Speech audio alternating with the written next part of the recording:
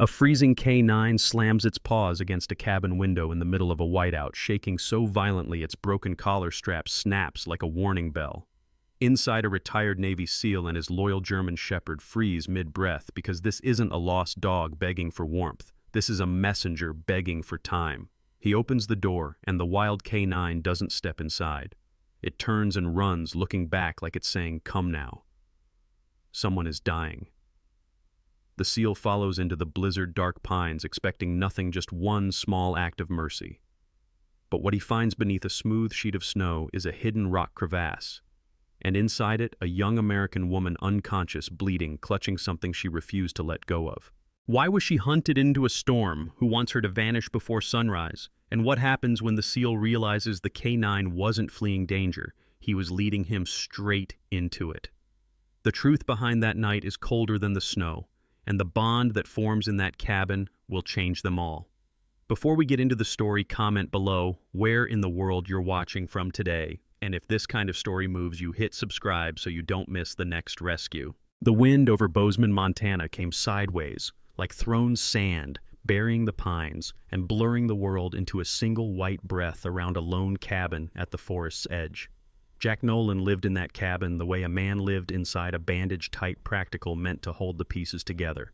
He was 35, American-born, built lean and hard from years of discipline, broad shoulders under a faded woodland camouflage field shirt, a strong neck, and a face carved into angles that looked more decided than he felt. His jawline was square, shadowed by short, stubborn stubble that never fully obeyed the razor. His hair was dark brown, clipped close, always one step away from regulation out of habit. The cold had a permanent claim on his skin, fair, weathered, often windburned, so that even indoors he carried a faint red at the cheekbones like an old warning. People in town said he was polite in the clean, distant way of someone who held doors but never held conversations. He nodded. Paid cash didn't linger. Not because he disliked people, but because he had learned the dangerous math of attachment: get close and loss would find you faster. Something had happened overseas one of those nights where the radios screamed and the air smelled wrong, chemical and hot, and a teammate's voice cut off mid-sentence as if the world had simply decided to stop listening. Jack came home with a medal in a drawer and a quiet hollow behind his ribs where laughter used to camp.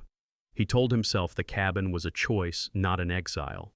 He told himself that retirement meant the alarms belonged to someone else. But the body doesn't retire when the mind signs paperwork. Even now, with the stove cracking softly and the kettle twitching on the grate, Jack sat upright at the small table like a man still expecting footsteps in the dark. At his feet lay Ranger, a 4-year-old German Shepherd with a thick black and tan coat and the steady, intelligent eyes of an animal who watched the world as if it could lie. Ranger was big without being bulky athletic, in a way that looked like coiled spring steel. His muzzle was dusted with snowmelt from earlier patrols around the cabin, and a faint scar cut a pale line through the fur near one ear, an old injury from long before Jack found him at a rescue labeled too reactive by people who mistook vigilance for aggression. Ranger wasn't aggressive. He was loyal with teeth, the kind of loyalty that didn't need speeches. He had the habit of placing his body between Jack and any doorway, as if he'd appointed himself guardian of a man who insisted he didn't need guarding. Jack liked Ranger for that. It was honest. It didn't ask questions. Tonight the storm rattled the window panes and pushed snow against the cabin walls like a giant trying to get in. Jack took a sip of coffee that was too bitter to be enjoyed and too hot to be ignored and muttered a dry joke to the empty room. Congratulations, Nolan. You moved into the wilderness for peace, and the gods sent you weather that hates you personally. Ranger's ears flicked at the sound of Jack's voice, not because he cared about the humor, but because he cared about the tone. Then the noise came. Not wind, not branch, not settling wood. A sharp scrape across the glass, once then, again, urgent, frantic wrong. Ranger rose in one smooth motion, silent pause on wood, his chest lifting, his tail stiff but not raised. He didn't bark. He listened. Jack's spine tightened as if someone had pulled a string inside him. The first thought that flashed through his mind was ridiculous hallucination memory, the brain replaying old missions in new masks. He hated that his mind offered it so easily, as if trauma could be filed under weather. The scraping came again, faster, accompanied by a thin, strangled sound that was half whine, half cough. Jack stood, boots thudding once, and crossed to the window. He didn't reach for the shotgun mounted above the mantel. He had never wanted to greet the world with a muzzle first. Instead, he lifted the lantern and clicked it on. Warm light bloomed like a small sunrise trapped in glass. Ranger moved to Jack's left leg close enough that Jack could feel the dog's heat through denim. Jack pulled the curtain aside an inch. Outside, the blizzard made the world look unfinished, and there pressed against the pane was a dog. Not Ranger's shape, not shepherd square and familiar, but a sleeker silhouette, darker, wilder. The animal's coat was a deep sable black matted with ice with thin tan smudges along the muzzle and legs like paint that had been scrubbed away by hardship. Its ribs showed faintly beneath the fur the way a working dog's frame might look when hunger had been allowed to speak too loudly. Around its neck hung a battered collar with a torn strap that snapped in the wind. Its paws were raw at the edges, and one front paw left a thin red smear on the glass when it dragged itself forward to scratch again. The dog's eyes, amber and fierce, fixed on Jack with a desperation so focused it felt like a command. It did not beg for warmth. It did not look toward the cabin interior with greedy hope. It looked past Jack, past the light toward the forest behind it, then back to Jack, then to the forest again, like a compass needle jerking toward tragedy. Ranger let out a low growl, not of hatred but of warning, the sound a soldier makes when he smells something wrong in the air. Jack lowered his free hand, palm open, a universal sign even between species, I won't hurt you. The dog outside flinched at the movement, then steadied as if arguing with its own fear. It scratched the glass again, softer now, and the sound carried a message clearer than words. Come. Someone is losing time. Jack felt his throat tighten with a feeling he had tried to starve for years' responsibility. Not the official kind, not the kind pinned to uniforms, but the older kind that lived in the bones. He glanced down at Ranger, who stared back with an expression that seemed almost unimpressed, as if to say, You can pretend you're done, but I know what you are. Jack exhaled a breath that might have been a laugh if it had room. All right, he murmured to the storm, to the dog, to whatever gods enjoyed cruel timing. You found the right cabin. He unlatched the door. Cold air slapped him in the face like an accusation, snow spilling in across the threshold. The wild K9 backed up, trembling hard, then turned its head sharply toward the trees, waiting, refusing to step inside, refusing to be comforted until the job was done. Jack stepped onto the porch boots, sinking into fresh powder, and Ranger pressed close at his knee, a warm shadow ready to follow. For a moment Jack hesitated because opening a door was easy, but walking back into danger was the part that rewrote a man. Then the dog outside looked at him one more time, and Jack recognized that look from 100 battlefields, not fear, but duty. And he made the only choice he was still built to make. Shadow didn't step into the warmth Jack offered. The wild K9 held the porch like a boundary line, shivering so hard its muscles quivered under ice-crusted fur, then pivoted toward the trees as if the forest had a name it was calling. Jack felt the familiar, unwanted shift inside him, his mind snapping from quiet life into mission math, and he hated how natural it still was. Ranger stayed glued to Jack's knee, a 4-year-old German shepherd shaped like disciplined protection ears forward, eyes steady reading, Shadow's body language the way soldiers read radio silence. Jack crouched once, careful not to loom, and spoke to Shadow in the calm voice he'd learned to use on panicked recruits and injured animals. Not soft, not loud, just anchored. I'm coming, he said. And if it sounded like a promise, that was because his chest didn't know how to make it sound like anything else. Shadow's amber eyes flicked to the lantern glow and back to the storm. Then the dog trotted off the porch, stopping every 10 yards to look back, never too far, never close enough to be caught like a guide who didn't trust hands but still trusted outcomes. The blizzard had loosened from screaming into a steadier, more dangerous snowfall, the kind that made visibility just good enough to tempt mistakes. Jack pulled his hood tight over his close-cropped dark hair and adjusted the strap of his flashlight, then clipped a coil of rope across his shoulder because the old part of him refused to walk into winter without an exit plan. Ranger pressed forward with a low, controlled urgency pause, punching into powder, his breath steaming in quick bursts. Shadow moved like a black ribbon across the white weaving between pines, choosing terrain with the instinct of a dog that had learned how ice lies. Jack noticed the small details that told stories without words, the torn collar strap whipping at Shadow's throat, the raw pad of that bleeding front paw, the way the dog's flank rose and fell too fast for comfort, as if hunger had been living in its ribs for days. Still, Shadow didn't falter. That was the strange thing about duty. Sometimes it kept a body standing long after fear and fatigue should have pulled it down. The forest swallowed them in layers, black trunks like pillars, branches heavy with snow, wind sliding through needles with a hiss that sounded like gossip from old gods. Jack kept his eyes low, scanning for texture changes, for hollows disguised as smoothness. Ranger's nose worked constantly, not frantic, just methodical, and Jack felt a grim gratitude for the dog's steadiness. Ranger made the world feel measurable when everything else turned to blur. Shadow slowed near a rocky rise where the trees thinned and the ground pitched upward. The dog circled once, then stopped dead ears, angling toward something Jack couldn't hear. Ranger froze too, hackles lifting like a warning flag, and Jack's pulse tightened. The snow ahead looked wrong, too flat, too clean, a pale sheet laid carefully over the earth like someone trying to hide a scar. Shadow pawed at the edge, a sharp, frantic scrape, then backed away and stared at Jack as if saying, "This is where it is. This is where time is bleeding out." Jack stepped forward and tested with his boot gentle pressure the way you test a door before you kick it. The surface gave a fraction subtle as a breath, and cold air rose from beneath an exhale from a mouth in the ground. Jack's stomach dropped with a memory he didn't want: caves, tunnels, spaces where sound died. He swallowed the surge of adrenaline and forced his voice steady because panic was contagious and he needed both dogs thinking clearly. "Ranger, stay," he ordered, and Ranger didn't like it. His body tensed, the shepherd's loyalty wanting to climb into the hole with Jack, but the command tone landed like a leash. Shadow didn't sit. Shadow paced in a tight half-circle, claws scraping at rock, the dog's anxiety electric. Jack chose an anchor point, a thick pine close by, trunk scarred and strong, the kind of tree that had survived enough winters to be trusted. He looped the rope twice, tied a knot. His hands remembered even when his thoughts tried to run, then pulled hard until the rope bit into his gloves and the tree didn't budge. He widened the edge with his boot, and a fallen branch, careful not to collapse the whole cover.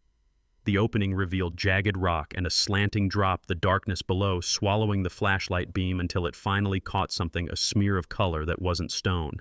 Fabric. Jack leaned closer, snow stinging his cheeks, and the smell hit him when the wind shifted blood, metallic and thin like a truth you can't unlearn once you recognize it. He lowered himself onto his stomach, clipped the rope around his waist, and started down with slow precision boots, searching for holds on slick rock. Ranger stood above, trembling with the effort to obey, whining once in the back of his throat like a prayer he didn't know how to say. Shadow's paws scratched at the rim, and for a second Jack worried the wild dog would bolt, fear finally winning. But Shadow stayed staring down at Jack with a ferocity that felt almost protective, as if the dog had dragged Jack into this, only to refuse to lose him too. Halfway down, the flashlight landed on a human face. A woman lay wedged on a narrow ledge, curled slightly as if guarding her ribs. She was American-born, late 20s or early 30s, with pale skin gone bluish at the lips, dark brown hair stuck to her forehead in damp strands, and a small cut at her temple that had dried into a rusty line. One arm was pinned at an angle that made Jack's medic instincts flare. Shoulder injury, maybe dislocation, maybe worse. Even unconscious, she carried a stubbornness in the set of her jaw, as if her body had refused to die out of sheer temper. Jack reached her, checked her airway, felt a weak but present pulse, and exhaled a breath he didn't realize he'd been holding. "Ma'am," he said, voice roughened by cold and something softer. "Stay with me." Her eyelids fluttered like wings in a storm.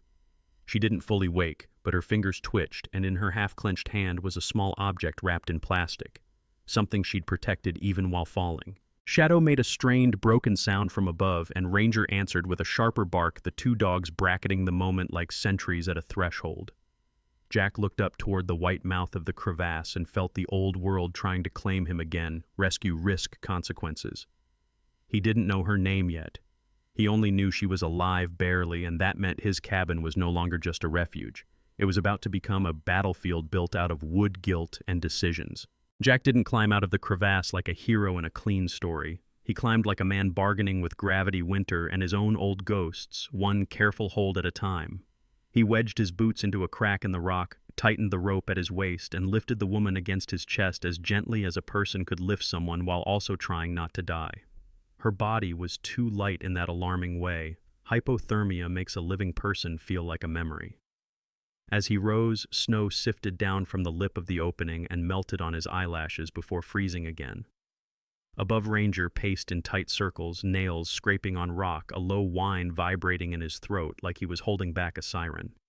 Shadow, still outside the rim, still refusing to be domesticated by warmth, hovered close enough to watch every movement, amber eyes bright with fear and furious hope. When Jack's head reached the mouth of the crevasse, Ranger lunged forward, not to pull, not to interfere, but to anchor. The German shepherd caught the edge of the woman's sleeve with his teeth and held steady, helping Jack slide her onto solid snow without jostling her injured shoulder. Jack exhaled a sound that was half laugh, half grief. "Good work," he rasped, and Ranger's tail thumped once as if punctuation mattered. Shadow didn't celebrate. Shadow stared into the trees, ears pivoting as if the forest itself might send more trouble.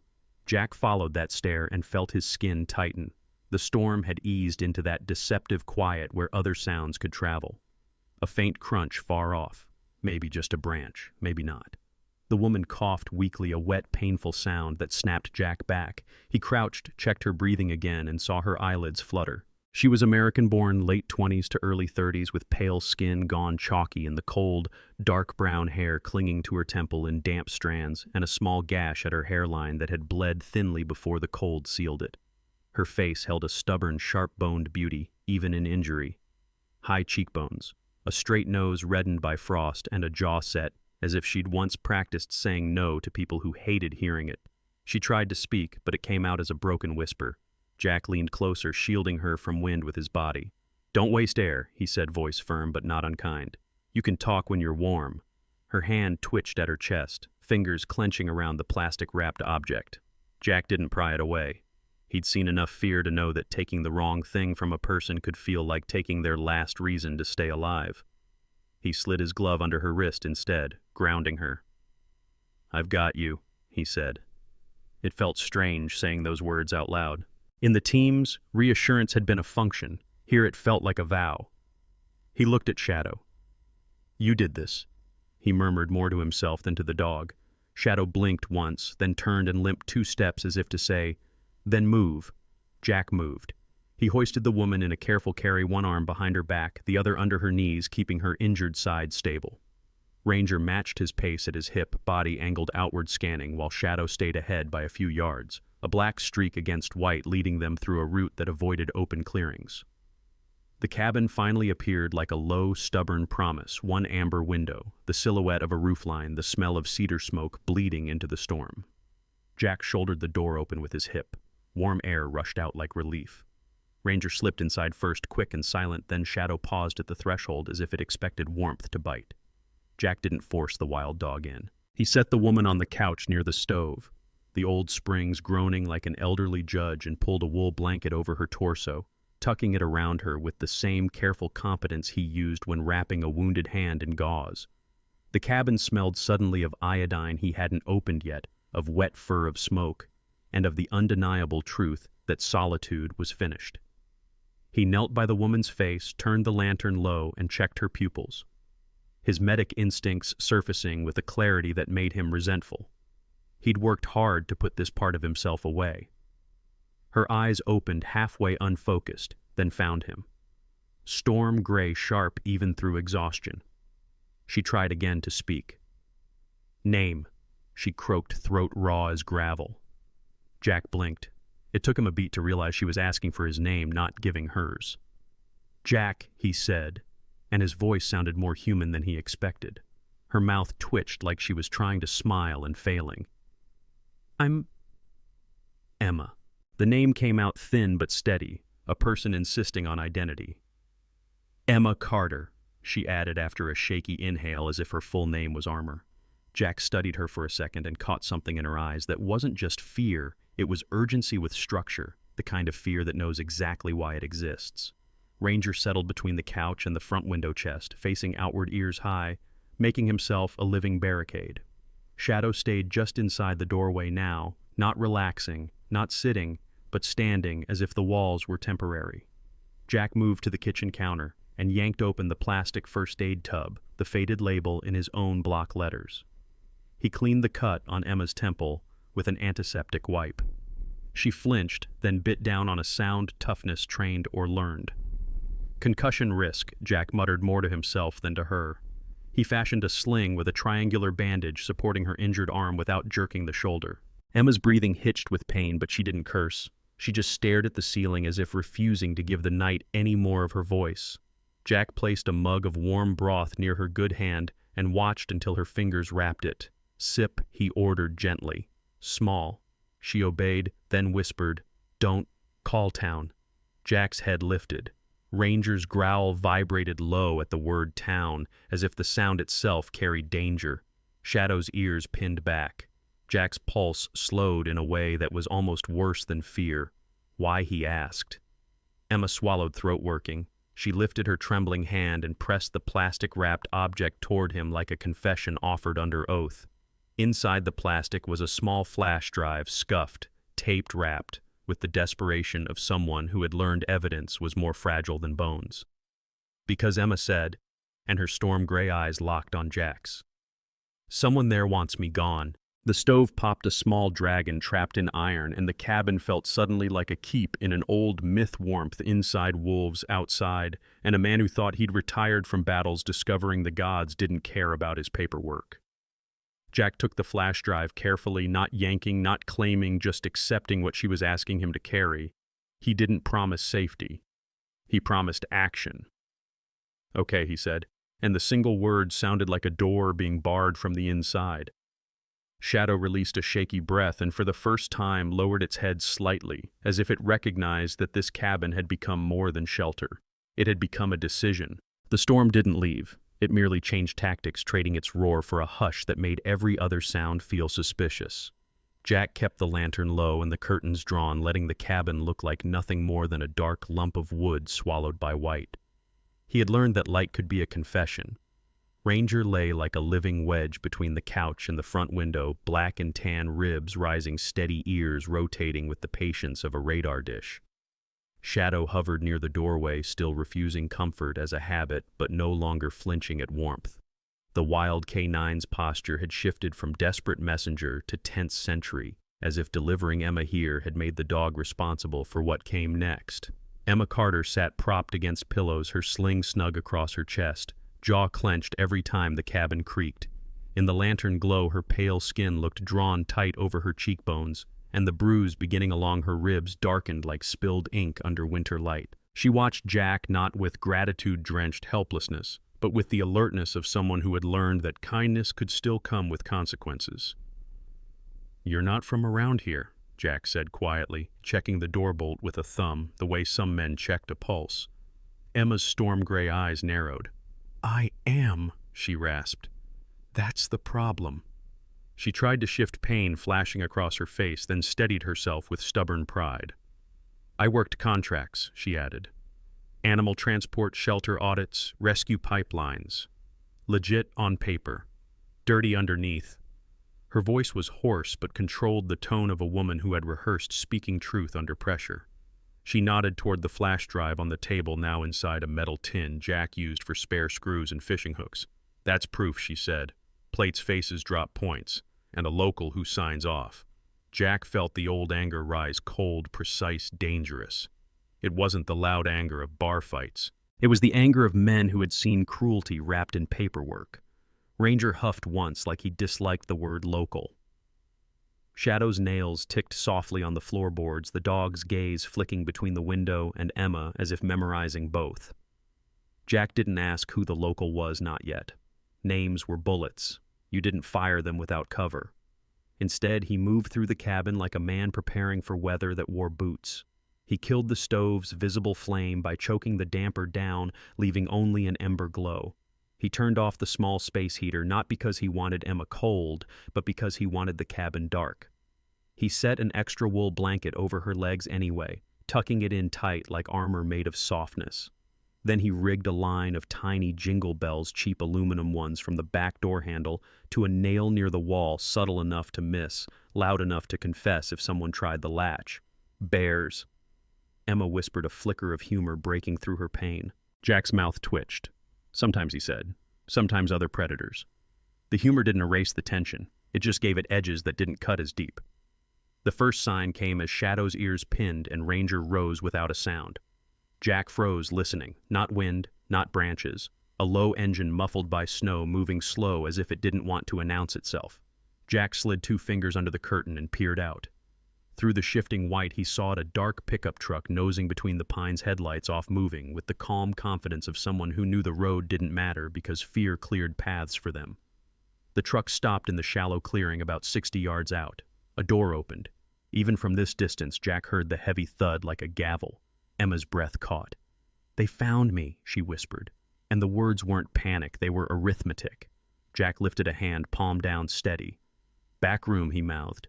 Emma's pride flared in her eyes for half a heartbeat, then she swallowed it and obeyed the reality of her injuries. She slipped off the couch slowly, jaw clenched, moving like someone walking on broken glass. Jack guided her with one hand at her good shoulder, not tender, just practical. Ranger stayed close, blocking angles while Shadow stood at the front door, body angled toward the window, as if daring the night to enter. Emma disappeared into the storage nook behind a hanging quilt that looked harmless until you knew it covered a crawl-space hatch. Jack returned to the main room, set the metal tin with the flash drive inside his jacket, and positioned himself beside the front door like a wall that could breathe. The knock came gentle and polite, the kind of knock a neighbor used when borrowing sugar. It made Jack's skin crawl more than a fist would have. A man's voice followed smooth as oil. "Evening," the voice called. "Storm's ugly." "You got a second?" Ranger's lips lifted in a silent curl, not barking but warning. Shadow's growl joined it deeper, rougher, a sound that carried the raw memory of cages and bad hands. Jack didn't open the door. "Road's closed," he said calmly through the wood. "Keep moving." A pause. Then the voice softened, pretending concern. "We're looking for a woman. Hurt. Might have wandered this way." Jack felt the temptation to say nothing to hide behind silence, but silence was also a map. It told predators they were close. He chose a different weapon, boredom. "Call the sheriff," he replied. The voice outside chuckled a small laugh that didn't belong in winter. Funny thing it said, "Sheriff's busy." Another sound, footsteps shifting more than one person. Jack counted by rhythm. 3, maybe 4. A younger voice cut in, impatient. "Windows got frost on 'em. Somebody's here." The smooth voice shushed him, then spoke again closer. "Open up. We don't want trouble."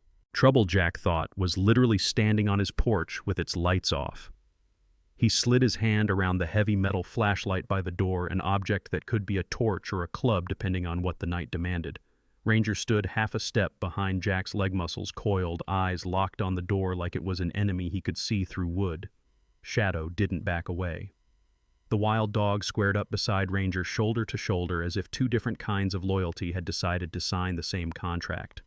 The doorknob rattled, once testing, then again insisting. The bells at the back door stayed silent. So far. Jack leaned closer to the door, voice low and flat, the voice he used when he wanted fear to believe it had chosen the wrong house. "Last warning," he said. "You touch this door again and you're leaving something behind." Outside, silence tightened. Then the smooth voice lost its honey. "All right," it said, and the tone changed into something hungry. "Let's do it the hard way." Jack felt the cabin shrink into a single moment. Emma hidden evidence on his chest, 2 dogs ready to bleed for a decision. He didn't pray.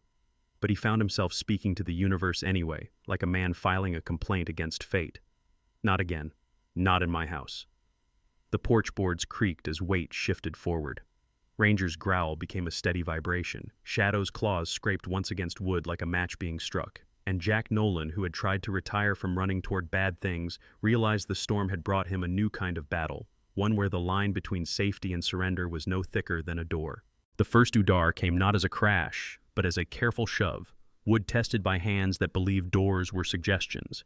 Jack felt the cabin tighten around him, every board listening. He didn't step back. He stepped closer, filling the narrow entry like a gate made of bone and will. Behind him, Ranger stood perfectly still, 4 years old and built like disciplined thunder breath, slow eyes fixed on the seam of the door as if he could see through it. Shadow's body was angled slightly wild and wary. dark fur bristling, the torn collar strap flicking with each sharp inhale. Two different dogs, two different histories united by the same instinct: not tonight. Not here. The doorknob rattled again harder, and the smooth voice outside lost its theater. "Open it," the man said, honey fully burned away. "We know she's in there." Jack's mouth twitched at the audacity. He didn't answer. He listened, boots shifting weight, repositioning, the quiet choreography of men preparing to force. That's when the bells at the back door gave a tiny sacred jingle. Not loud, not frantic, just true. Jack's pulse didn't spike. It narrowed the way a scope narrows when a target becomes real. He lifted two fingers toward the hallway without looking back, Emma's hiding place, and pressed them down. Stay. In the back nook, Emma Carter made no sound, but Jack felt her presence like a held breath. He imagined her there, late 20s to early 30s, pale skin, still winter-sick, storm-gray eyes open wide in the dark, injured shoulder pinned in the sling, pain sharpened into patience. She wasn't helpless. She was waiting for the right moment to live. Jack moved with the calm speed that had once saved men overseas. He didn't run to the back door. Running was noise. Instead, he glided past the kitchen counter, grabbed the old set of keys to his shed, and palmed his phone, already set to record audio, not to call town because Emma's warning had carved itself into his bones. He gave Ranger one quiet command, the kind that carried a lifetime of discipline. Stay. Ranger's ears flicked once, acknowledging, then the shepherd froze again, guarding the front like a statue with a heartbeat. Shadow followed Jack, silent as smoke claws barely ticking on wood, not because the wild dog was trained, but because fear had taught it how to survive. Jack unlatched the interior hatch to the crawl space quietly and slid it open just enough for a body to pass. Cold air breathed up from below like the cabin had a second mouth. Down, Jack whispered toward the back nook. Emma didn't argue. She moved slow, grimacing brave, lowering herself into the crawl space with one good arm, teeth clenched to keep pain from becoming sound. Jack eased the hatch back into place and covered it with an old canvas tarp. It looked like junk. Junk was invisible. Then he turned to Shadow. The wild K9's amber eyes locked on him, understanding not words, but intent. Jack opened the kitchen window a crack just enough. Snow swirled in, stinging his knuckles. He pointed. "Go," he breathed. "Run. Find light. Find help." Shadow hesitated, torn between the instinct to stay and the mission to move. In that hesitation, Jack saw the dogs past. Someone had taught Shadow to obey, then abandoned it. Loyalty didn't leave easily after that. Jack softened his voice, not pleading but offering the dog a new truth. "You already saved her once," he murmured. "Save her again." Shadow's ears pinned, then lifted. A decision clicked behind those eyes. The dog slipped through the window like a shadow becoming its own name and vanished into the white. Outside, the front door groaned as the men leaned into it. Jack returned to the entry, metal flashlight in hand, posture loose, but ready, face calm, in the way that made predators second guess. The door shuddered, and a shoulder slammed against it. "Last chance," the smooth voice growled. Jack finally spoke, voice even almost bored. "You picked the wrong cabin." The reply was immediate, wood splintered as something heavy struck near the latch. Jack stepped to the side at the last second, not opening the door, just shifting so if it burst inward, he wouldn't be pinned. Ranger surged forward in a low, controlled explosion, stopping at Jack's knee on command, teeth bared in silent promise. The intruders shoved again. The latch gave with a crack like a bone snapping. The door flew inward and cold rushed in with two men. American young, lean faces, hard with jittery aggression. One held a flashlight, the beam jerking around like a nervous eye. The other had his hands half hidden in his jacket posture, saying weapon, even if the metal wasn't visible yet.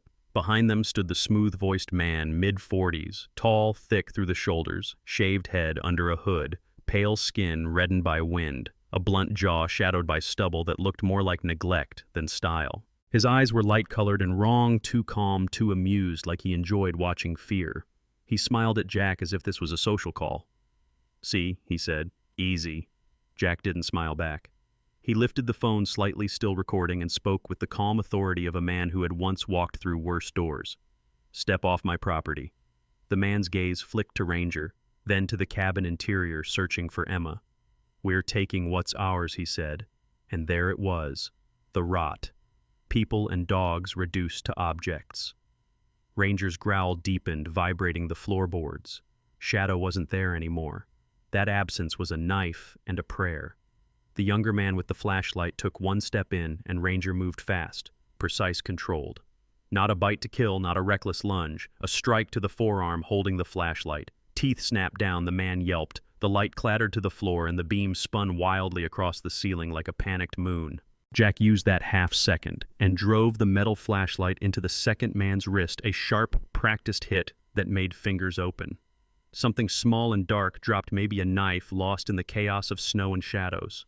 The smooth man swore and reached for Jack, but Jack pivoted using the doorframe as leverage, shoving him back onto the porch boards. The man stumbled, surprised that an old cabin hermit moved like this. Surprise was Jack's only free weapon. From the tree line came a new sound, engines, multiple, approaching fast. Headlights cut through the snow like gods finally deciding to watch. The smooth man's face changed, confidence cracking. One of the younger men hissed, "We gotta go." Jack heard it too, and relief hit him so hard it almost looked like weakness. Shadow had done it. Found light. Found help. Two vehicles slid into the clearing, not town cruisers, but state trucks with official markings, lights flashing blue and red against the white. A woman stepped out first. Brisk and sharp in winter gear, Agent Claire Donovan, early 40s, American, tall and athletic, pale skin, weathered by fieldwork, auburn hair pulled into a tight braid under her beanie eyes, a focused green that missed nothing. Her voice cut through the storm like a clean blade. "Hands where I can see them." Behind her, two officers moved with rifles low and controlled, not hunting, containing. The smooth man backed away, calculating, then bolted. One officer tackled him into the snow in 3 strides.